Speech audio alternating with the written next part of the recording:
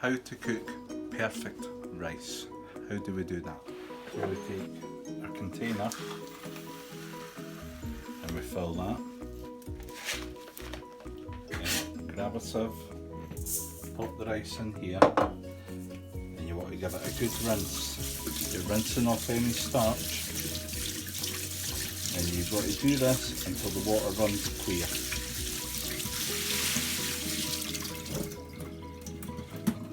Pop that.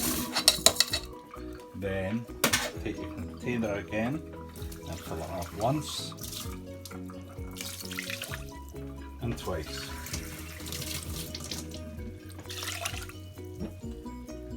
Then put this on the stove and we turn this up full and bring it to the boil.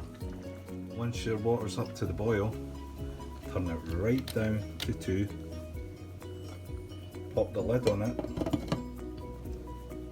and wait 10 minutes. Do nothing, just leave it alone.